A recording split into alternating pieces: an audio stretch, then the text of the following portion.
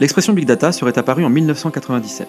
Sa naissance est liée au progrès des systèmes de stockage et d'analyse de l'information numérisée, qui ont permis une sorte de Big Bang de l'information stockée, puis une croissance exponentielle de l'univers de la donnée numérisée. Ça dépasse tout ce que j'ai pu imaginer. Pour la définir, il y a une théorie, celle des 3 V. Volume, vitesse et variété. Le volume correspond à la masse d'informations produites chaque seconde. Le volume de données stockées est en pleine expansion et devrait atteindre 40 zeta-octets en 2020. Ça fait beaucoup. Ça fait trop.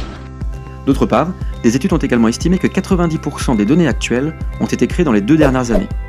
Par exemple, chaque minute dans le monde, 700 personnes réservent un Uber, 110 000 appels Skype sont passés, 600 000 profils sont sweepés sur Tinder et 300 heures de vidéos sont uploadées sur YouTube. La vitesse décrit la fréquence à laquelle les données sont générées, capturées et partagées.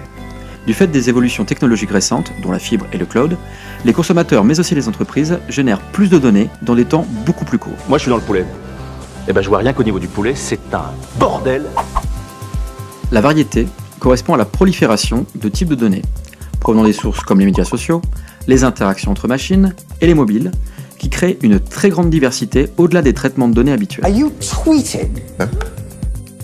Et la plupart des observateurs y voient des enjeux majeurs pour l'avenir, tant en termes d'opportunités commerciales que de bouleversements sociopolitiques et militaires. Et qui plus est, une expansion économique génératrice d'emplois.